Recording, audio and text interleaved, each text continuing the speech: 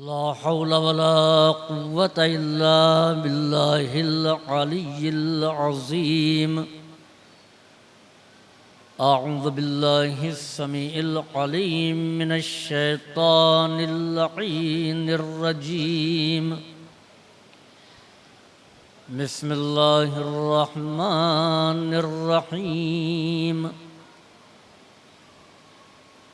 अल्हम्दुलिल्लाहिल्लज़ी हदाना लिहाज़ा वमा कुन्ना लिनहतदिया लौला अन हदानल्लाह। लक़द जाअत रुसुलु रब्बिना बिलहक़। अस्सलातु वस्सलामु अत्तहिय्यतु वल इकराम अला साहिबिल हौज़िल कौसर वल खुतबती वल मिंबर वर रुकनी वल मशअर वल वजहिल अनवर वल खद्दिल अक़मर वल जबीनिल अज़हर वन नसबिल अतहर वल हसबिल अशहर साहिबिल फ़ज़्ल वल अता वल जूद वस्सखा वन्नूर वज़्ज़िया अल अब्दिल मुअय्यद वर रसूलिल मुसद्दद मौलाना अबिल क़ासिम मुहम्मद व अला इतरतिहि त्ताहिरा व ज़ुर्रिय्यतिहि नुजबाइस सुअदा ला सियमन अला बक़ियतिल्लाहिल अअज़म फ़िल अर्ज़ीन। अम्मा बअदु फ़क़द क़ाला रसूलुल्लाह सल्लल्लाहु अलैहि व आलिहि वसल्लम मन माता अला हुब्बि आल मुहम्मद माता शहीदा। सलवात।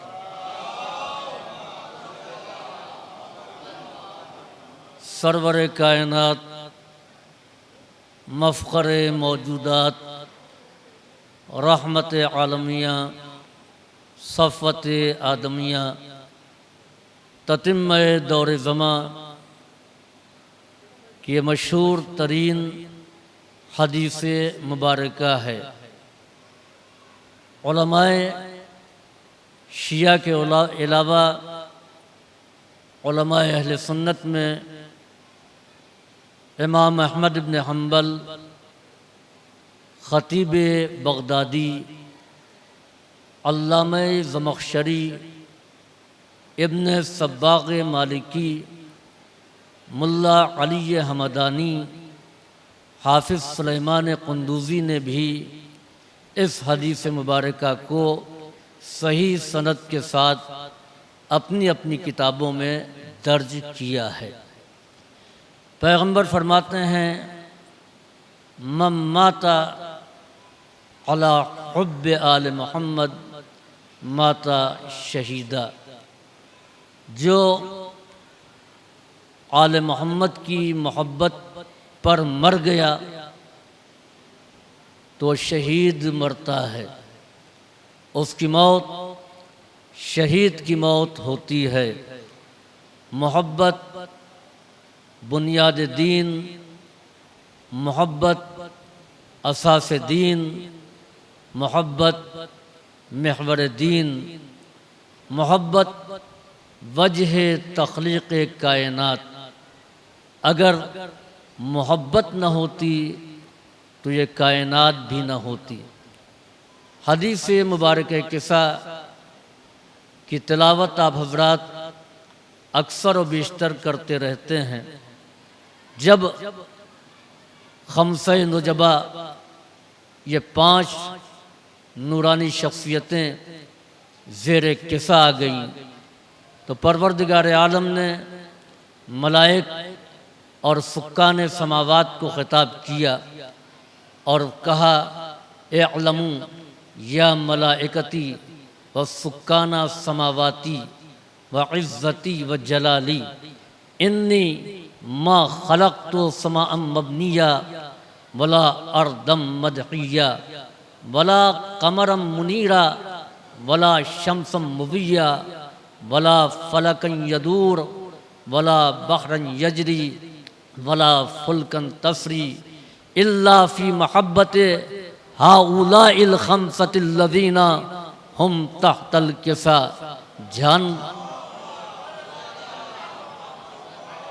जान लो ऐ मेरे फरिश्तों, ऐ आसमान के साकिनों, इन्नी मा खलक़्तु समाअम मबनी इज़्ज़ती व जलाली, मेरे इज़्ज़त की कसम और मेरी जलालत की कसम, इन्नी मा खलक़्तु समाअम मबनिया, मैंने मुस्तहकम आसमान को नहीं पैदा किया, वला अर्दम मदहिया, और न ज़मीन का बसीत फ़र्श बिछाया, वला कमरम मुनीरा, और न ही चाँद को नूरानी बनाया, वला शम्सम मुबिया, और न सूरज को हमने रोशनी देने वाला बनाया, वला फलकन यदूर, और न अफलाक को गर्दिश दी, वला बहरन यजरी, और न ही दरियाओं को जारी और सारी किया, समंदरों को मौजज़न किया, वला फुलकन तसरी, और न इनमें कश्तियाँ चलाईं, और न इनके सीने के ऊपर जहाज़ों को रवां और दवा किया।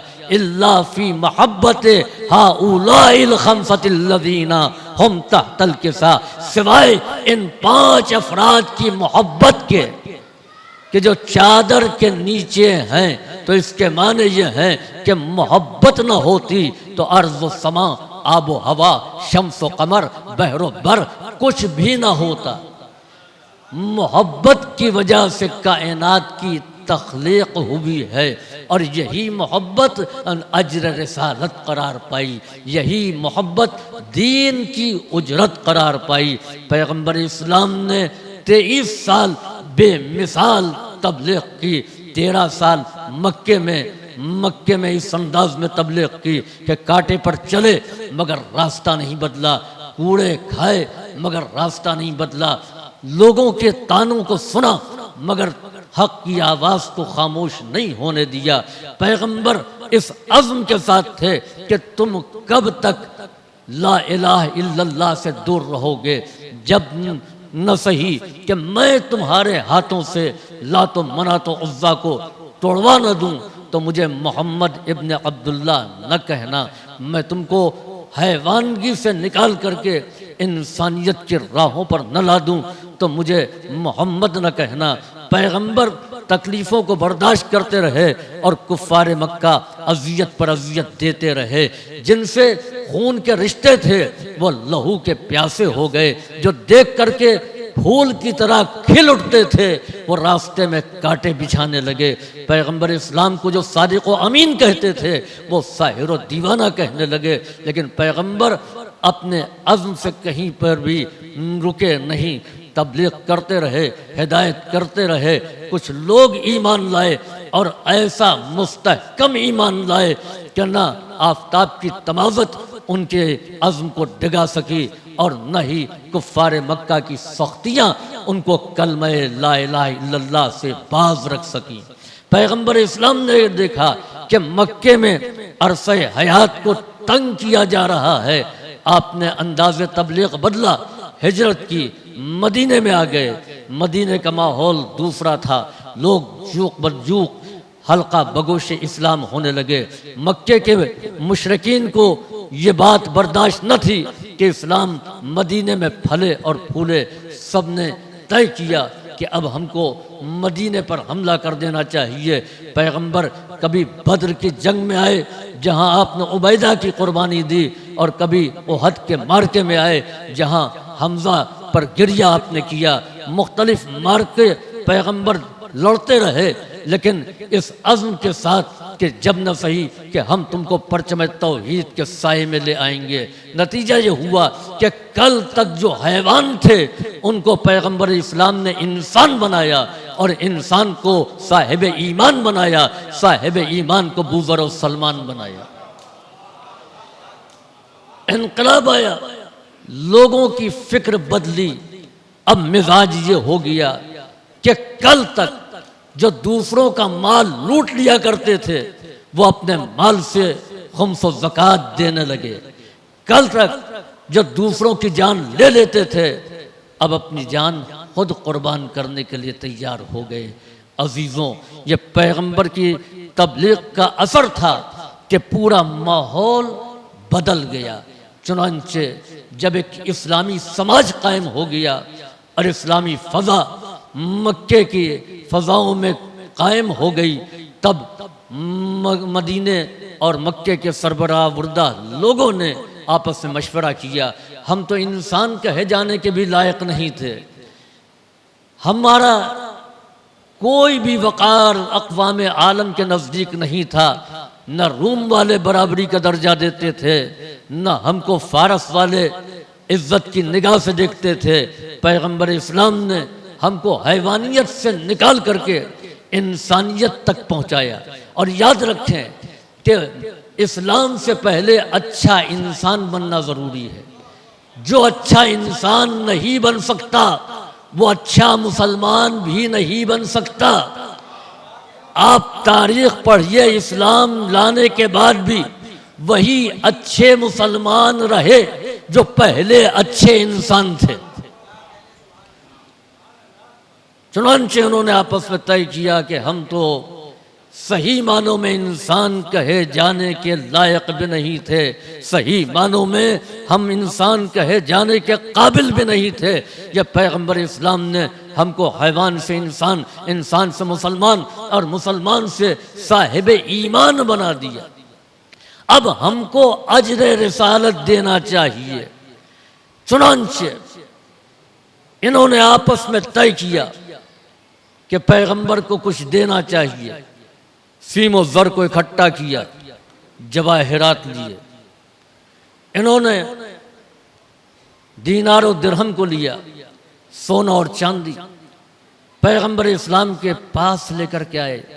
या रसूलल्लाह, आपका बड़ा एहसान है कि आपने अरब के वक़ार को अक़वाम आलम के सामने बुलंद कर दिया, हमको ईमान की दौलत से सरफराज फरमाया।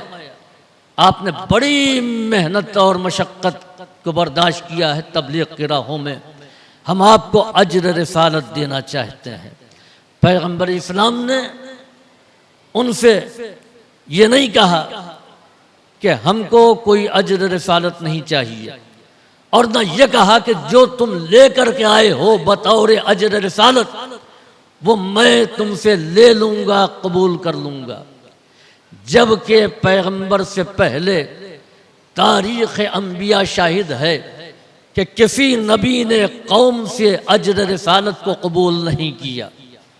सबका एक ही जवाब था कि हम तुमसे किसी अजर का मुतालबा नहीं करते, हमारा अजर तो पेशे परवरदिगार है। जब किसी नबी ने अजर रिसालत उम्मत से नहीं लिया तो पैगंबर इस्लाम ने उम्मत से अजर रिसालत को क्यों कबूल किया। अजीज़ों, जनाब नूह जिनसे शरीयत चली, पहले साहिब शरीयत पैगंबर जनाब नूह, जिनको पत्थर मारे जाते थे, जिनको मजनून कहा जाता था, जो जख्मों से इस तरीके से चूर हो जाते थे कि पत्थरों के नीचे छुप जाते थे। जिब्रील आते थे, पत्थरों से नूह को निकालते थे, परों से मस करते थे, जख्म मुंदमिल हो जाते थे। नबी नए अज़्म के साथ तबलीग के लिए फिर आमादा हो जाते थे। आखिर में एक वो मंजिल आई कि जनाब नूह ने देख लिया कि इनकी इस्लाह मुमकिन नहीं है। चुनांचे इन्होंने बारगाह अहदियत में अर्ज़ किया, रब्बे इन्नी दअउतु कौमी लैलन व नहारा फलम यज़िदहुम दुआई इल्ला फरारा। परवरदिगारा, मैंने अपने कौम को दिन में भी बुलाया, रात में भी बुलाया। परवरदिगारा, किसी एक काफिर को इस सरजमीन पर जिंदा न छोड़ना। रब्बे ला तज़र अलल अर्ज़ मिनल काफिरीन दय्यारा, किसी एक को न छोड़ना, क्योंकि ये फासिक हैं, इनकी औलाद भी फासिक है। अजीज़ों, जनाब नूह 950 साल तबलीग करने के बाद बद्दुआ कर के लिए हाथों को बुलंद कर देते हैं। जनाब नूह का बद्दुआ करना बाकी अंबिया का बद्दुआ करना इस बात की दलील है कि तहम्मुल की हद पर पहुंच चुके थे। अब इससे ज्यादा सब्र मुमकिन नहीं था। अगर इससे ज्यादा सब्र कर सकते होते तो ये बद्दुआ न करते। तमाम अंबिया का बद्दुआ करना, पैगंबर का और आले पैगंबर का बद्दुआ न करना इस बात की दलील है कि बाकी अंबिया के सब्र की हद मालूम हो गई, इनके सब्र की इंतहा क्या है नहीं मालूम। इसलिए इन्होंने बद्दुआ के लिए हाथों को बुलंद नहीं किया। लेकिन जनाब नूह ने अर्ज किया कि परवरदिगारा इन्नी दअउतु कौमी लैलन व नहारा, परवरदिगारा मैंने अपने कौम को बुलाया रात में और दिन में, फलम यज़िदहुम दुआई इल्ला फरारा, मैं जितना बुलाता था उतना ही ये फरार अख्तियार करते थे। जनाब नूह ने किसी और बात का शिकवा नहीं किया कि ये हमको पत्थर मारते हैं, हमको लहू लुहान कर देते हैं, हमको सताते हैं, ताना जनी करते हैं, हमको जब साहिर और मजनून कहते हैं। नहीं, शिकायत की एक बात की कि परवरदिगारा मैं इनको बुलाता था और ये फरार अख्तियार करते थे। तो इसके माने ये हैं कि नबी को उम्मत के किसी अमल से इतनी अजियत नहीं होती जितनी इस बात से कि नबी बुलाता रहे, उम्मत फरार अख्तियार करती रहे। अजीजों, बद्दुआ की तूफान आया, कौम हलाक हो गई, तबाह हो गई। सिर्फ 80 आदमी बचे जिनसे दोबारा दुनिया की बस्ती बसी, और उस बस्ती को कहते हैं क़रियतुस समानीन, 80 आदमियों की बस्ती। इन लोगों ने आपस में तय किया कि अगर जनाब नूह ने हमारी हिदायत न की होती तो इस तूफान में हम भी ख़त्म हो जाते, हम भी नसियम मनसिया हो जाते, हम भी भुला दिए जाते। लिहाजा हमको चाहिए कि नूह को अज्र दें। कौम जनाब नूह के पास आई और जनाब नूह ने कहा कि हमको तुमसे कोई अज्र नहीं चाहिए, हमारा अज्र पेशे परवरदिगार है। नूह के बाद दूसरे साहिब शरीयत पैगंबर हैं जनाब इब्राहीम। जनाब इब्राहीम नारे नमरूदी में डाले गए। जनाब इब्राहीम ने बुतों को तोड़ा, बुत शिकन कहलाए। बहुत से इम्तिहानात बारगाह परवरदिगार में पेश किए, सख्त तरीन इम्तिहानात से गुजारे गए। इकलौते बेटे के गले पर छुरी रखने को तैयार हो गए। कौम को एक खुदाए वाहिद की तरफ बुलाया। जनाब इब्राहीम जब अपने फरीज़े को अंजाम दे चुके तो कौम ने कहा कि इब्राहीम को अज्र देना चाहिए, इन्होंने हमारे लिए कितनी जहमतों को बर्दाश्त किया। जनाब इब्राहीम ने उम्मत से ये कह करके अज्र लेने से इनकार किया कि हमको तुमसे कोई अज्र नहीं चाहिए, हमारा अज्र तो परवरदिगार के पास। लीजिए, इब्राहीम के बाद मूसा एक नई शरीयत लेकर के आ गए। जनाब मूसा ने बनी इसराइल को फिरौन के जौर व जुल्म से बचाया, जबरो तशद्दुद से नजात दी। फिरौन मिस्री को दरियाए नील में मिस्ल मिस्री घोल दिया। फिरौनी हलाक हो गए, बनी इसराइल नजात पा गए। बनी इसराइल के लिए सहरा में साए का इंतज़ाम किया, गज़ा में मन्नो सलवा जैसी नेमतों का एहतमाम किया। बनी इसराइल को गौशाला परस्ती से निकाल करके फिर तौहीद की तरफ लेकर के आए। बनी इसराइल ने कहा कि कलीमुल्लाह को अज्र देना चाहिए। कलीमुल्लाह ने यह कह करके इनकार कर दिया कि हमको तुमसे कोई अज्र नहीं चाहिए, हमारा अज्र पेशे परवरदिगार है। अब लीजिए जनाब ईसा आए, ये भी नई शरीयत लेकर के आए। इन्होंने नाबीना को बीनाई दी, बेज़बान को गोयाई दी, मबरूस को शिफा दी, मुर्दों के तन में रूह फूकी। जनाब ईसा ने बहके हुए बनी इसराइल को फिर राह हिदायत पर इकट्ठा किया। कुछ जो सुधरे हुए थे उन्होंने कहा कि ईसा को अजर देना चाहिए। जनाब ईसा ने भी इनकार किया।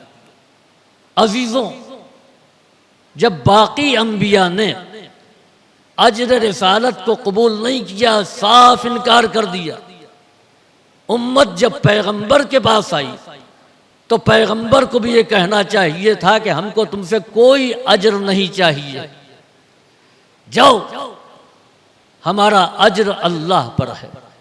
लेकिन पैगंबर इस्लाम ने जवाब नहीं दिया।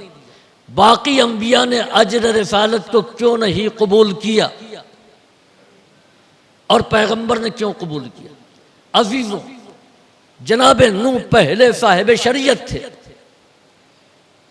इनको मालूम है कि इनकी शरीयत को हमेशा नहीं रहना है, यह 2000 साल तक चलेगी। इब्राहिम आएंगे तो यह शरीयत मनसूख हो जाएगी। लिहाजा नूह को कोई फिक्र नहीं थी कि शरीयत बचे या न बचे। इब्राहिम आए, इन्होंने भी हिदायत की। इब्राहिम ने अजर नहीं कबूल किया क्योंकि जनाब इब्राहिम को मालूम था कि इनकी शरीयत मूसा तक है, मूसा आएंगे तो ये शरीयत मनसूख हो जाएगी। अब इसके बाद इनकी शरीयत की जरूरत नहीं रहेगी। जनाब मूसा आए तो इनको भी अपने शरीयत की तहफ़्फ़ुज़ की कोई फिक्र नहीं, क्योंकि इनको मालूम था कि ईसा एक नई शरीयत लेकर के आएंगे। जनाब ईसा आए, इनको भी कोई फिक्र नहीं कि शरीयत बाकी रहती या नहीं बाकी रहती है, क्योंकि इनको मालूम था कि इसके बाद खातमुल अंबिया आएंगे, ये शरीयत मनसूख हो जाएगी। मैं लफ्ज़ बदल दूं कि हर नबी की शरीयत की अल्लाह ने एक एक्सपायरी डेट मुअय्यन कर दिया था। नूह की शरीयत इब्राहिम के आने के बाद एक्सपायर हो गई। इब्राहिम की शरीयत मूसा के आने के बाद एक्सपायर हो गई। मूसा की शरीयत ईसा के आने के बाद एक्सपायर हो गई। जनाब ईसा की शरीयत हमारे पैगंबर के आने के बाद एक्सपायर हो गई। हर नबी की शरीयत की एक्सपायरी डेट मुअय्यन है। पैगंबर खातम की शरीयत की कोई एक्सपायरी डेट नहीं है। याद रखें कि हमारे मिजाज में यह है कि अगर हम दवा लेने भी जाते हैं तो उसका पत्ता देखते हैं कि कब तक। मालूम यह हुआ कि यह 2025 तक है, इसके 2022 तक की आपने वापस कर दिया। अरे भाई, उसी कंपनी ने दवा बनाया है। कहा कंपनी वही है, मगर उसने ये कहा कि कब तक इस्तेमाल किया जाए। लिहाजा अब इसके बाद इस्तेमाल करने का कोई फायदा नहीं है। अजीजों, अच्छा कभी कभी ये होता है कि आप दवा लेने के लिए मेडिकल स्टोर पर गए, आपने एक्सपायरी डेट को पढ़ा, अब देखा कि वो मुहर जो है वो कंपनी वाली नहीं है। आपने स्टॉकिस्ट से कहा, मेडिकल स्टोर वाले से कहा, भाई ये जो इस पर मुहर लगी हुई है ये मुहर कंपनी की नहीं है। उसने कहा कंपनी ने मुहर नहीं लगाया, ये हमने लगा दिया। आप ये बताएं कि क्या आप उस दवा को इस्तेमाल करेंगे? भाई उसने एक्सपायरी डेट लिख दिया है कि 26 तक चलेगी, तो क्या 26 तक आप इस्तेमाल करेंगे? नहीं करेंगे। क्यों? इसलिए कि एक्सपायरी डेट मुअय्यन करने का हक उसी को है जिसने दवा को बनाया है। वो जानता है कि किस दवा में कितनी ताकत रखी है, कब तक चलेगी, कब तक इसका इस्तेमाल सही होगा? शरीयत खुदा की बनाई हुई है, उसको मालूम है कि शरीयत नूह की ताकत क्या है, शरीयत इब्राहिम की ताकत क्या है, शरीयत मूसा की ताकत क्या है, शरीयत ईसा की ताकत क्या है, शरीयत पैगंबर की ताकत क्या है। लिहाजा तमाम शरीयतों के लिए एक वक्त मुअय्यन है। पैगंबर की शरीयत क़यामत तक रहना है, और जब क़यामत तक शरीयत को रहना है तो क़यामत तक इस शरीयत की हिफाजत का इंतज़ाम करना है। अब ये अज्र रिसालत की तलब नहीं है, पैगंबर खामोश हैं। आयत नाज़िल हुई, कुल, ऐ मेरे हबीब कह दीजिए, ला अस्अलुकुम अलैहि अजरन इल्लल मुवद्दता फिल क़ुरबा, कि हम तुमसे किसी अजर का सवाल नहीं करते सिवाय इसके कि क़राबतदारों से मोहब्बत करो। ये अहले बैत की मोहब्बत अजर रिसालत नहीं है, शरीयत पैगंबर की क़यामत तक हिफाजत का इंतज़ाम है। इसलिए पैगंबर इस्लाम खामोश थे कि हमारी मेहनतों का अजर, हमारी मेहनत की उजरत सीमो ज़र, जवाहिरात, अशरफिया, तिरहम, दीनार नहीं हो सकते हैं। क़राबतदारों से मोहब्बत करो, क़ुरबा से मोहब्बत करो। अब सवाल ये पैदा होता है कि कुरान ने मोहब्बत का मुतालबा किया है, कुरान ने इताअत का मुतालबा नहीं किया। कि अगर अजर रिसालत अदा करना कह दो, ऐ पैगंबर आप कह दीजिए कि हमको तुमसे कोई अजर रिसालत नहीं चाहिए सिवाय इसके कि क़राबतदारों की इताअत करो। इताअत के बजाय मोहब्बत करने का मुतालबा है। हम ये समझे कि मोहब्बत नाम है शब्बेदारियाँ कर लेने का, मोहब्बत नाम है जज्बाती नारा लगा लेने का, मोहब्बत नाम है जुलूस में शामिल होने का। ये सब मोहब्बत के तकाज़ों में आते हैं, लेकिन असल मोहब्बत है महबूब की इताअत करना। मोहब्बत इंसान को ज़्यादा बाअमल बनाती है। अजीज़ों, इमाम रज़ा अलैहिस्सलाम फरमाते हैं कि तासिल इलाहा व अंता तुज़हर हुब्बहू हाज़ा मुक़ालुन फ़िल क़यास बदीउ। तासिल इलाहा, तू खुदा की नाफरमानी करता है, व अंता तुज़हर हुब्बहू, और तू उसकी मोहब्बत का इजहार करता है। हाज़ा मुक़ालुन, ये मुहाल है, व फ़िल क़यास बदीउ, और अक्ल के नज़दीक अनोखी बात है। लौ काना हुब्बुका सादिक़ा लअतातहू, लौ काना हुब्बुका, अगर तेरी मोहब्बत सादिक़ा सच्ची होती, लअतातहू, तो तू ज़रूर उसकी इताअत करता। इन्नल मुहिब्बा लिमन युहिब्बु युतीउ, इसलिए कि मोहब्बत करने वाला जिससे मोहब्बत करता है उसकी इताअत भी करता है। मोहब्बत बेअमली का नाम नहीं है, मोहब्बत इंसान को ज़्यादा बाअमल बनाती है। मैं मिसाल दे दूं कि मोहब्बत और इताअत में फ़र्क क्या है। आप देखिए कि कितनी गर्मी है, कितनी उमस है। हसन साहब फर्श मजलिस पर बैठे हुए हैं, ये गए और जाकर के पानी ला करके मुझे पेश कर दिया, जबकि मैंने इनसे पानी मांगा नहीं था। ये खुद गए और पानी लेकर के आए। इसी का नाम है मोहब्बत। मुझे प्यास का एहसास हुआ कि गला खुश्क हो रहा है। मैंने सवाब देने की गरज से मौलाना इकबाल क़द्र साहब से कहा, जाइए पानी ले आइए। ये गए पानी ले आए। इसको कहते हैं इताअत। अमल मोहब्बत में भी है, अमल इताअत में भी है। मोहब्बत हुक्म का इंतज़ार नहीं करती, इताअत हुक्म का इंतज़ार करती है। बग़ैर कहे जो अमल किया जाए उसको मोहब्बत कहते हैं, कहने पर जो अमल किया जाए उसको इताअत कहते हैं। तो इसीलिए अहले बैत की मोहब्बत को अज्र रिसालत करार दिया। मोहब्बत कैसे मैदान अमल में मुतहर्रिक करती है। मैंने देखा कि हाईवे पर रात भर सवारियां चलती हैं और वहाँ ढाबे खुले रहते हैं। एक साहब को देखा, रात के 1:30-2 बज रहे हैं, कैसे यहां पर आना हुआ?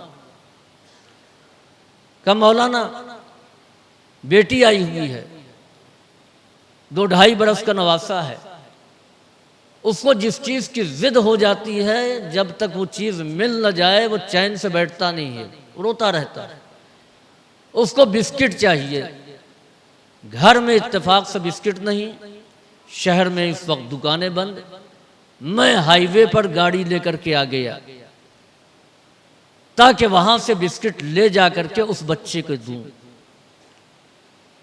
सोने का वक्त है, आराम करने का वक्त है, बिस्तर से उठा करके आराम करने के वक्त कौन सी शय है जो 10 किलोमीटर 20 किलोमीटर दूर हाईवे पर ले आई? क्या एक बच्चे की मोहब्बत, एक नवासे की मोहब्बत। तो एक बच्चे की मोहब्बत में इतनी ताकत है कि बिस्तर से उठा करके रात के वक्त 20 किलोमीटर दूर हाईवे के ढाबे पर पहुंचा दे। तो क्या खुदा की मोहब्बत में इतनी ताकत नहीं है कि बिस्तर से उठा करके 2 कदम मुसल्ले तक ले आए? तो मोहब्बत इंसान को ज्यादा बाअमल बनाती है। चुनांचे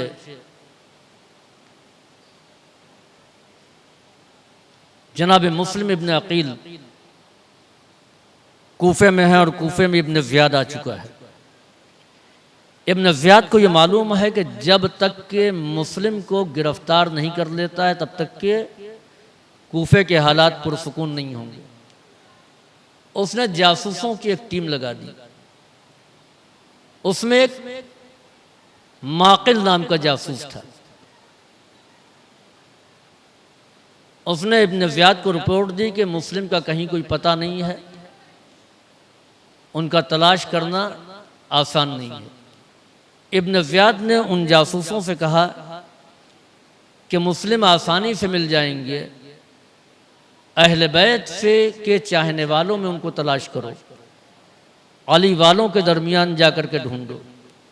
माकिल ने कहा कि हम कैसे मालूम करें कि कौन अहले बैत का चाहने वाला है, सब तक़िये में है। इब्न ज़ियाद ने कहा मस्जिद कूफा जाओ, हर आने जाने वाले पर नजर रखो, जो सबसे ज्यादा मुत्तकी, परहेजगार, ज़ाहिद, आबिद, सच्चा, अमानतदार नजर आए तो समझ लेना कि वह अहले बैत का मानने वाला है। इब्न ज़ियाद जैसा दुश्मन अहले बैत इस बात को जानता था कि जो अली वाला है वो बाअमल होता है, बेअमल नहीं होता। अहले बैत के मानने वाले बाअमल होते हैं। अजीजों, इमाम जाफर सादिक अलैहिस्सलाम फरमाते हैं, शिअतुना कुनु लना ज़ैना वला तकुनु अलैना शैना। ऐ मेरे चाहने वालों, मेरे लिए सबब ज़ीनत बनना, बाइसे रुसवाई न बनना। हमारे अमाल हमारे इमाम के सामने हैं और वो एक बात का तकाजा कर रहे हैं कि हमारे लिए बाइसे इज्जत बनना, बाइसे जिल्लत न बनना, हमारे लिए सबब ज़ीनत बनना। अब ज़ीनत किसे कहते हैं? ज़ीनत के माने हैं कि कोई चीज़ किसी चीज़ की खूबसूरती को बढ़ा दे, कोई शय किसी शय के हुस्न को बढ़ा दे, इसी का नाम है ज़ीनत। अजीजों, अब आपको मैं मिसाल दे दूं। मिसाल के तौर पर जैसे ये इमाम बाड़ा है, हुसैनिया है, वो जामे मस्जिद है। एक चीज़ है इसका स्ट्रक्चर, दीवारें बुलंद हो गई, सुतून के ऊपर छत कायम हो गई, इतना काफ़ी और यकफी है, ये गर्मी और सर्दी और बारिश से बचाएगा। तो ये स्ट्रक्चर हो गया, ये इमारत हो गई। अब ज़ीनत क्या है? इसमें झाड़ लगा दिया जाए, फानूस लगा दिया जाए, मार्बल बिछा दिया जाए, पीओपी करा दी जाए, ये सब तमाम चीज़ें क्या हैं? ज़ीनत है। डॉक्टर ने चश्मे का पावर लिख दिया, अल्लाह ने दिया था, खूब नवाजा है। गए जाकर के 10 लाख का ऐनक लेकर के आ गए। अब जो ऐनक लगा करके निकले तो अब कोई आंखों को नहीं पूछता, सब कहते हैं कि ऐनक कितनी खूबसूरत है। तो ये कीमती ऐनक आंखों की जीनत का सबब बनी। आपने हीरे की अंगूठी पहन ली, ये हीरे की अंगूठी उंगली की जीनत का सबब बनी। तो जीनत कहते हैं कि कोई चीज किसी चीज के हुस्न को बढ़ा दे। तो आप कहेंगे ये कैसे हो सकता है कि अहले बैत मासूम आइम्मा मकाम इस्मत पर फाइज और गैर मासूम मासूम के हुस्न को बढ़ा दे। याद रखें कि जिसकी जीनत बढ़ाई जाती है वो और है, जिससे जीनत बढ़ती है वो और है।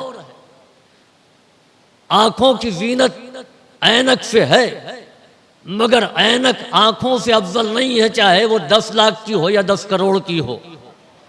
वक्त पड़ेगा तो आंखों को बचाया जाएगा, ऐनक को कुर्बान किया जाएगा। अंगूठी की कीमत 2 लाख है, मगर वो उंगली से अफजल नहीं है। वक्त पड़ेगा, उंगली को बचाया जाएगा, अंगूठी को कुर्बान कर दिया जाएगा। तो इमाम ने फरमाया हमारे लिए जीनत बनो। चाहने वाले जीनत बनेंगे, मगर अहले बैत रहेंगे, मुहिब रहेंगे।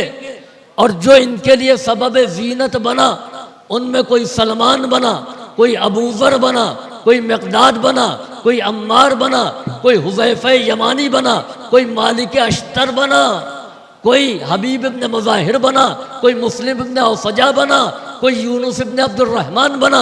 ये वो अफराद हैं जो आइम्मा ताहिरीन के लिए जीनत थे। सलावत भेजिए बर मोहम्मद वाले मोहम्मद। अजीज़ो, अब यहाँ से मैं अपनी मजलिस का गुरेज करता हूँ। ये थी तमहीद। पैगंबर फरमाते हैं मम माता अला हुब्बे आले मोहम्मद माता शहीदा। जो आले मोहम्मद की मोहब्बत पर मर जाता है या जिसको मौत आती है तो वह शहीद मरता है। पैगंबर ने कहा कि जो अहले बैत की मोहब्बत पर मर गया वो शहीद मरा। ये नहीं कहा कि जो अहले बैत की मोहब्बत में जिंदा रहा वो जब मरेगा तो शहीद मरेगा। अहले बैत की मोहब्बत में जिंदा रहना और है, अहले बैत की मोहब्बत पर मौत आना और है। अमीरुल मोमिनीन अली इब्न अबी तालिब अलैहिस्सलातु वस्सलाम कूफे के मिंबर पर खुतबा दे रहे थे। खुतबा तमाम हुआ। साद इब्न वक्कास जो ईरान के फातेह कमांडरों में से कमांडर थे, उन्होंने चंद सवालात किए। मौलाए कायनात ने उनके सवालात के जवाबात दिए। जब वो खामोश हो गए तो अमीरुल मोमिनीन ने कहा साद, अभी तक मैंने तुम्हारे उन सवालात के जवाबात दिए जो तुमने मुझसे पूछे। तुम कहो तो मैं तुम्हारे उस सवाल का जवाब भी दूं जो सवाल तुमने मुझसे नहीं किया है। साथ कहते हैं या अली, जब आपने कह दिया है तो बता दीजिए। मुझे हया आई कि मैं आपसे वो सवाल करूं। क्या तुम अपने बेटे के बारे में पूछना चाहते थे तो सुनो, तुम्हारा बेटा उमर मेरे हुसैन का कातिल होगा। अमीरुल मोमिनीन ने पेशिन गोई कर दिया कि उमर साद इमाम हुसैन का कातिल होगा। उमर साद ने जब इस बात को सुना तो उसने इनकार किया, ये हो नहीं सकता है, मैं और हुसैन का कातिल कुछ भी हो जाए, मैं कत्ले इमाम हुसैन से अपने दामन को रंगीन नहीं कर सकता। मैं तो हुसैन का चाहने वाला हूँ, हुसैन से मोहब्बत करने वाला हूँ। चुनांचे एक दिन इमाम हुसैन के पास उमर साद आया और आके कहता है हुसैन इन अहमकों को समझाइए, ये मुझे आपका कातिल कह रहे हैं जबकि मैं आपका चाहने वाला हूं। इमाम ने जवाब दिया कि मेरे बाबा ने कहा है तो ये हो करके रहेगा। उमर साद ने कहा मैं जान दे दूंगा मगर आपके खिलाफ तलवार नहीं उठाऊंगा। ये बात कब कही मौलाए कायनात ने? सन 38 हिजरी में। 22 साल गुजर गए। उमर साद इनकार करता रहा कि मैं इमाम हुसैन अलैहिस्सलाम के कत्ल में शरीक नहीं हो सकता। इमाम बैत यजीद का इनकार करके मक्के से हज को उम्रे से तब्दील करके मुख्तलिफ राहों से गुजरते हुए करबला आ गए। अब कूफे से एक लश्कर जाना है। इब्न ज़ियाद ने उमर साद को बुलाया, कहा ये लश्कर ले और इस लश्कर को लेकर के कूफे चला जाए, वो करबला चला जाए। हुसैन इब्न अली ने बैत यजीद से इनकार किया है, उनसे बैत का मुतालबा कर। बैत कर लें तो ठीक, बैत नहीं करते हैं तो खाना बंद कर देना, पानी न पहुंचने देना, जितनी अजियत पहुंचा सकते हो पहुंचाना। इसके बावजूद अगर वो राजी ना हो तो बच्चे बच्चे को कत्ल कर देना, किसी को बाकी न छोड़ना, ताकि इसके बाद इबरत रहे कोई यजीद की बैत से इनकार करने की हिम्मत न कर सके। उमर साद ने कहा मैं नहीं जाऊंगा, मुझे जहन्नम में नहीं जाना है, मुझे तो रह जाना है। रय की गवर्नरी का अपॉइंटमेंट लेटर परवाना उसको पहले मिल चुका था, क्योंकि उसका बाप ईरान के फातहीन में से था। उसने कहा मैं कल रय चला जाऊंगा। इब्न ज़ियाद ने वो परवाना लिया, कहा तू अब रय भी नहीं जाएगा।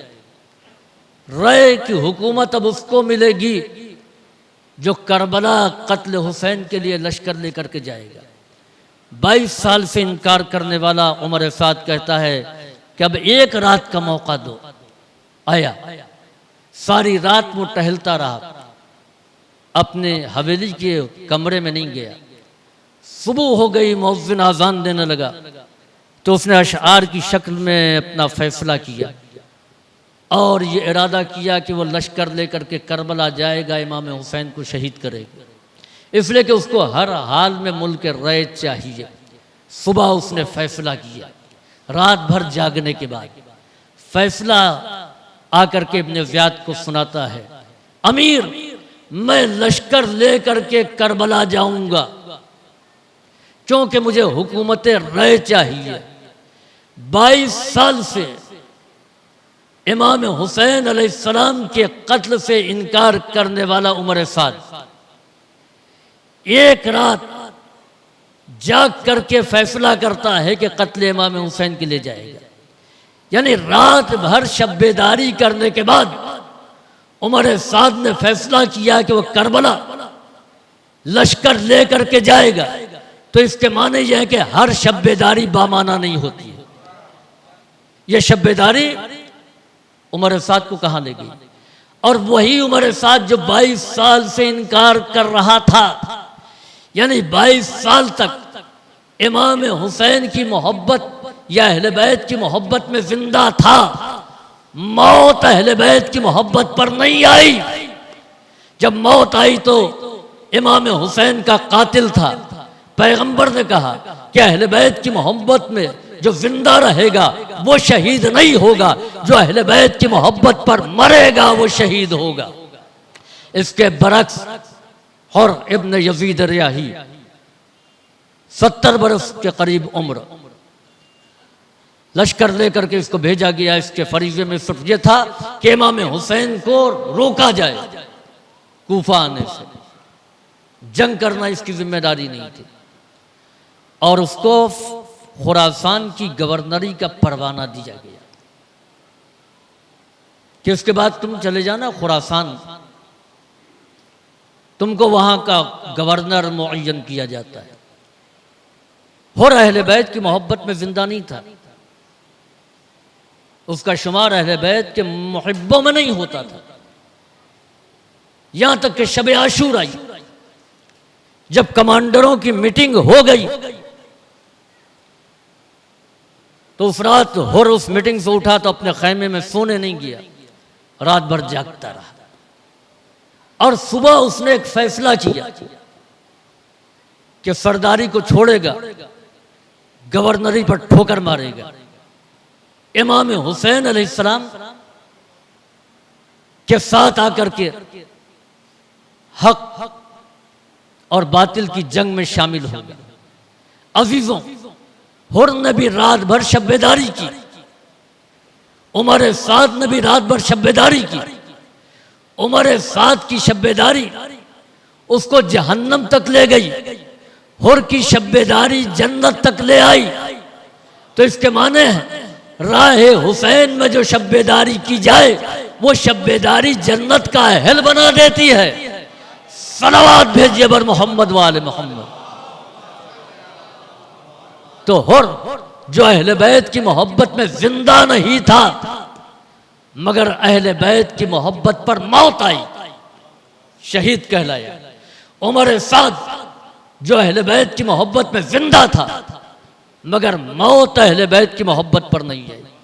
इसी तरीके से जुबैर इब्न अवाम अमीरुल मोमिनीन के फूफी के बेटे, सगे फूफीजाद भाई, दोस्त भी, पहली खिलाफत की बैत के वक्त ये बहुत ही गुस्से में थे। खाने अमीरुल मोमिनीन में जो लोग थे उनमें जुबैर भी थे। लेकिन जब अमीरुल मोमिनीन के हाथों पर बैत की गई तो जुबैर अमीरुल मोमिनीन के खिलाफ हो गए। जमल की जंग जुबैर उसमें शरीक हुए। अजीजों, जुबैर को अमीरुल मोमिनीन ने एक रात बुलाया और कहा, जुबैर तुमको मालूम है कि जब हम और तुम थे तो रसूलुल्लाह ने कहा था कि तुम मुझसे जंग करोगे तो कातिलो नहीं, तुम मुझसे क़िताल करोगे और तुम जालिम होगे। कहा, या अली हमको याद आ गया, अच्छा हुआ आपने बता दिया, अब मैं आपके खिलाफ तलवार नहीं उठाऊंगा। जुबैर वहां से निकले, मौलाए कायनात के खिलाफ जंग में शामिल नहीं हुए और इसी जुर्म में उनके लश्कर वालों ने उनको कत्ल कर दिया। लेकिन जुबैर का कहीं नाम नहीं है, जबकि उन्होंने बातिल का साथ छोड़ दिया था। न जुबैर की ज़ियारत, न जुबैर का तस्करा, न जुबैर की याद। हुर ने भी बातिल का साथ छोड़ा, हुर की ज़ियारत भी है, हुर का तस्करा भी है, हुर की मदह भी है, हुर का नौहा भी है। दोनों ने बातिल का साथ छोड़ा। फर्क आप पहचानिए कि जुबैर अहले बैत की मोहब्बत में जिंदा रहे, मौत अहले बैत की मोहब्बत पर नहीं आई। हुर अहले बैत की मोहब्बत में जिंदा नहीं रहा, मौत अहले बैत की मोहब्बत पर आई। पैगंबर फरमाता शहीद वो है जो अहले बैत की मोहब्बत पर मरे, न कि अहले बैत की मोहब्बत में जिंदा रहे। तो ये फर्क जुबैर और हुर के किरदार में क्यों? अजीजों, जुबैर ने बातिल का साथ छोड़ा मगर हक की हिमायत भी नहीं की, हक के साथ खड़े भी नहीं हुए। हुर ने बातिल का साथ छोड़ा मगर हक की हिमायत में इमाम हुसैन के परचम तले आकर के जिहाद किया। तो इसके माने ये हैं कि सिर्फ बातिल का साथ छोड़ना काफी नहीं है जब तक कि हक की हिमायत ना की जाए। अजीजों, मैंने अपनी गुफ्तगू को समेट दिया। अब आज के मौजू पर आते हुए कि मौत अहले बैत की मोहब्बत पर कैसी आती है। मिसरा क्या है? एक अनोखा काम असगर कम सिनी में कर गए। तो यह अनोखा काम कौन सा है? मुस्कुरा दिए। तो मुस्कुराते बहुत से बच्चे हैं। बचपने में मुस्कुराना कोई अनोखा काम नहीं। अजीजों, अहले बैत की मोहब्बत पर जो मौत आती है वो मौत कैसी आती है? उस मौत की कैफियत क्या है? चुनांचे इमाम हुसैन अलैहिस्सलाम ने जनाब कासिम से पूछा, या बुनैया कैफा इंदकल मौत, ऐ बेटा मौत तुम्हारे नजदीक कैसी है? या बुनैया, ऐ मेरे लाल कैफा इंदका अल मौत, तुम्हारे नजदीक मौत कैसी है। जनाब कासिम ने यह नहीं कहा कि जिस चीज का तजर्बा नहीं है उसके जायके के बारे में मैं क्या बताऊं। आप किसी चीज को चखने ना दें और कहें जायका बता दीजिए, कौन बता सकता है। जनाब कासिम को जवाब देना चाहिए था कि जब मौत को चखा नहीं तो उसका जायका मैं कैसे बताऊं। लेकिन आप देखें नफ्स की बुलंदी, जिस जायके को चखने के बाद दुनिया का कोई भी फर्द बता नहीं सकता, कासिम ने उस जायके को चखे बगैर बता दिया। अभी मौत का जायका चखा नहीं और क्या कहा, अल मौत इंदी अहला मिनल असल, मौत मेरे नजदीक अहला ज्यादा शीरी है, मिनल असल शहद से। जनाब कासिम ने यह क्यों कहा अल मौत इंदी, मौत मेरे नजदीक। वो ये भी कह सकते थे कि अल मौत अहला मिनल असल, मौत शहद से ज्यादा शीरी है। लफ्ज इंदी एक जायद लफ्ज इस्तेमाल किया, मेरे नजदीक। जाहिज ने बनी औलाद अबू तालिब की जो तारीफ की है, खुसूसन बनी हाशिम में, एक जुमला लिखा है, कैफ़ा ईजाज़ुहा व तहसीरुहा, कम लफ्जों में ज्यादा बातें बयान करना, इसमें औलाद अबू तालिब का जवाब नहीं था। तो जनाब कासिम ने एक लफ्ज जायद क्यों इस्तेमाल की, अल मौत इंदी अहला मिनल असल, जबकि बात यूं भी हो सकती थी कि अल मौत अहला मिनल असल, मौत शहद से ज्यादा शीरी है। इंदी इंदी कह करके दुनिया वालों को खबरदार किया, दुनिया वालों मैं तुम्हारी मौत की जिम्मेदारी नहीं लेता। इस ख्याल में न रहना कि मौत शहद से ज्यादा शीरी है। अहले बैत की मोहब्बत पर आएगी तो मौत शहद से ज्यादा शीरी है, इसका जायका शहद से ज्यादा है। अजीजों कभी ये होता है कि पसंदीदगी का इजहार जबान से होता है। दफ्तरखान सजा दिया गया, अब पूछा कि बिरयानी का जायका कैसा है, कौरमे का जायका कैसा है, शाही टुकड़े कैसे हैं। तारीफ करना, क्या कहना बिरयानी का जायका और क्या कहना कौरमे का और क्या कहना जायके की तारीफ हो रही है। बाज लोग कम सुखन होते हैं। हुज्जत साहब किबला, इनसे पूछा किबला बिरयानी का जायका कैसा है, तो इन्होंने जबान से नहीं कहा, मुस्कुरा दिया। मुस्कुराहट बताती है कि जायका अच्छा है, इसलिए कि खराब जायके पे मुंह बनता है, मुस्कुराहट नहीं आती है। करबला में मौत के जायके को दो बच्चों ने बताया। जो बोल सकता था उसने जबान से ऐलान किया कि मौत शहद से ज्यादा शीरी है, और जो बोल नहीं सकता था उसने मुस्कुरा करके एक अनोखा काम किया कि भाई कासिम, जो तुमने कहा था कि मौत शहद से ज्यादा शीरी है, मैंने शहद से ज्यादा शीरी पाया है। एक अनोखा काम असगर मुस्कुरा के कर गए। अजीजों, तो जनाब अली असगर ने ऐलान कर दिया मौत के जायके का कि मौत का जायका कैसा है। अजीजों, करबला में जनाब अली असगर की शहादत भी सबसे अनोखी है।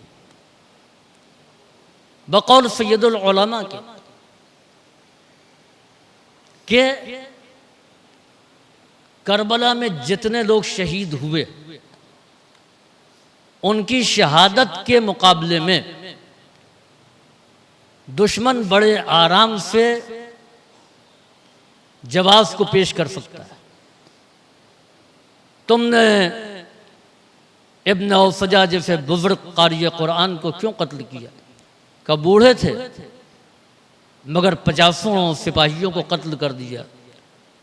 उनको अगर हम न कत्ल करते तो खुद कत्ल हो जाते। तुमने इब्न मज़ाहिर जैसे फ़कीह को क्यों मारा? क्या आलिम थे, मगर तलवार चलाने में भी कोई कमी नहीं थी। भूखे प्यासे कितने सिपाहियों को उन्होंने कत्ल कर दिया। अगर उनको हम घेर करके न मारते तो हम मारे जाते। तुमने बुरैर जैसे मुफस्सिर और हिलाल जैसे मुहद्दिस को क्यों मारा? क्या अगर उनको हम न मारते तो मारे जाते। तुमने उन मोहम्मद को क्यों मारा? क्या उन्होंने हमारी सफ़ों को पलट दिया। अगर हम उनको न मारते तो हम मारे जाते। तुमने कासिम गुलबदन को क्यों शहीद किया? का थे तो कमसिन हमारे नामवर पहलवानों को कत्ल किया। हम अगर उनको न मारते तो हम मारे जाते। तुमने अलमदारे हुसैनी के बाजू क्यों कलम किए? कहा कि उनकी दहशत से लश्कर को चैन नहीं था। कितनों को मार दिया उन्होंने। अगर हम उनको न मारते तो हम मारे जाते। तुमने हम शबीह पैगंबर को क्यों कत्ल किया? तो दुश्मन ये जवाब देगा कि अगर हम इनको न मारते तो हम मारे जाते। कितने जवानों को हमारे मार दिया। हुसैन मजलूम को घेर करके क्यों शहीद किया? क्या हुसैन किसी के काबू में नहीं आ रहे थे? अगर ये तलवार न्याम में न रखते तो हम इन पर काबू नहीं पा सकते थे। सबके लिए दुश्मन ये कह सकता है कि हमने इसलिए इनको शहीद किया। हम दुश्मन से सवाल करें कि ये बताओ कि तुमने कमसिन असगर को क्यों शहीद किया? अब दुश्मन के पास कोई जवाब नहीं है कि असगर को क्यों शहीद किया। अजीज़ों, तमाम शहादतों में वाक़ई अगर देखा जाए तो जनाब अली असगर की शहादत सबसे ज़्यादा अनोखी है। इमाम ने जब सदाए हलमिन को बुलंद किया तो खैमे से गिरिए की आवाज़ आई। इस आवाज़ को सुन करके तेज़ी से मेरा मज़लूम इमाम खैमे में गया। जनाब ज़ैनब से कहा, बहन ज़ैनब, अभी हुसैन ज़िंदा है, गिरिए का सबब क्या है? कि भैया आपकी आवाज़ को सुन करके असगर ने अपने आप को झूले से गिरा दिया है। असगर को चैन नहीं मिल रहा है। अरबाब मकातिल ने जो कैफियत लिखी है, जनाब अली असगर कभी जनाब ज़ैनब की आगोश में, कभी उम्मे रबाब की आगोश में, मुंह इस तरीके से खुलता और बंद होता था जैसे मछली को पानी से निकाल लिया हो और बहुत देर से पानी के बगैर वो तड़प रही हो। इमाम ने कहा, मैं समझ गया, लाओ मैं असगर को मक्तल में ले चलता हूँ, शायद किसी को असगर पर रहम आ जाए। इतना छोटा बच्चा है, इसको कोई ना कोई पानी पिला देगा। इमाम कमसिन शहजादे को लेकर के आए। आकर के आवाज़ दी, ए कौम अशकिया, तुम्हारी निगाहों में अगर मैं ख़ताकार हूँ तो मेरे असगर की ख़ता क्या है ये बता दो। 3 दिन का प्यासा है, माँ का दूध खुश्क हो चुका है। फौज अशकिया ने चांद से बच्चे को इमाम की आगोश में देखा। इमाम ने जनाब अली असगर को ख़िताब किया, बेटा तुम हुज्जत खुदा के फ़र्जंद हो, तुम भी तो कुछ कहो। अब आप देखिए कि जनाब अली असगर ने अपने लबों को खोल दिया, सूखी हुई ज़बान को लबों से बाहर निकाला। इस मंज़र को अशकिया देख न सके। बहुत से ऐसे दुश्मन के सिपाही थे जो रोने लगे। ज़रा सोचिए कि जिस प्यासे बच्चे को देख कर के संगदिल दुश्मन रो रहे हों, बाप के दिल पर क्या गुजरी होगी। मेरा लाल तू प्यासा है, मुझे मालूम है, और मुझे ये भी मालूम है कि अशकिया तुझे पानी नहीं देंगे। हुरमुला को आवाज़ दी जाती, हुरमुला कहाँ है? इक़्ता कलाम अल हुसैन, हुसैन के कलाम को मुनक़ता कर दे। हुरमुला ने तीर को तिल्ला कमान पर चढ़ाया, बाजुओं की पूरी क़ुव्वत से तीर को खींचा और खींच करके निशाना लिया। तीर सीधे जा कर के असगर के गले पर लगा। रवायत कहती है कि फ़नक़लब सबियो अला यदल इमाम, तीर का इतना फोर्स था कि बच्चा बाप के हाथों पर मुनक़लिब हो गया और फिर गला एक कान से दूसरे कान तक कट गया। क़ुतिला मिनल उज़्न इलल उज़्न व ज़ुबिहा मिनल उज़्न इलल उज़्न, एक कान से दूसरे कान तक गला कटा हुआ था, लहू बह रहा था। एक मजलूम बाप 6 महीने की लाशें को लिए हुए हसरत से आसमान की तरफ देख रहा है, गोया आवाज दे रहा, परवरदिगारा मेरा बच्चा नाक़े साले से कम न था, अरबाब अज़ा अब हुसैन चल रहे हैं, चला नहीं जा रहा है, माँ को क्या जवाब देंगे। पानी पिलाने के लिए लाए थे लेकिन पानी नहीं मिला। अरबाब अज़ा इमाम हुसैन जो मख्तल से बड़े बड़े लाशें उठा लाए, अकबर का लाशा उठाया तो सीधे मख्तल तक पहुंचा दिया, अब्बास के बाजू लाए मख्तल तक पहुंचा दिया, कासिम का पामाल लाशा लाए मख्तल तक पहुंचा दिया, और मोहम्मद के जनाजे लाए मख्तल से ला करके खैमे तक पहुंचा दिया। अजीज़ों, तमाम जनाजे हुसैन मख्तल से ला करके खैमे में ला करके पहुंचा गए, लेकिन जब असगर का लाशा लेकर के चले हैं तो आगे बढ़ते हैं और फिर उसके बाद में पीछे हट जाते हैं। ये कहते जाते हैं इन्ना लिल्लाहि व इन्ना इलैहि राजिऊन रज़न बिक़ज़ाइहि व तस्लीमन लिअम्रिहि। ये कहने के बाद रुके, आवाज को मुश्तमा किया, ए रबाब आओ, आकर के असगर को ले जाओ। रबाब से पहले सकीना आई, ए बाबा मेरे भाई को पानी पिला लाए, मेरा भैया बड़ा प्यारा था, लिहाजा दुश्मन ने तरस खा करके जरूर पानी पिलाया होगा। इमाम ने अबा का दामन हटाया, बहन ने भाई का कटा हुआ गला देखा, चीख मारा, अम्मा रुबाब आओ, बाबा मेरे भाई को ले आए हैं, जरा देखो मेरे भाई का हाल क्या है। माँ आई, कटा हुआ गला देखा, डला हुआ मन का देखा, एक जुमला कहा, अमिस्लु का युनहर, ए मेरे लाल क्या तेरे जैसे भी नहर किए जाते हैं। फ़यअलमुल्लज़ीना ज़लमू अय्य मुनक़लिबिन यनक़लिबून अला लअनतुल्लाहि अलल क़ौमिज़ ज़ालिमीन। रब्बना तक़ब्बल मिन्ना इन्नका अंतस समीउल अलीम। अल्लाहुम्मा फ़अल बिना मा अंता अहलु वला तफ़अल बिना मा नहनु अहलु बिजाहि मुहम्मदिन व आलिहि त्ताहिरीन।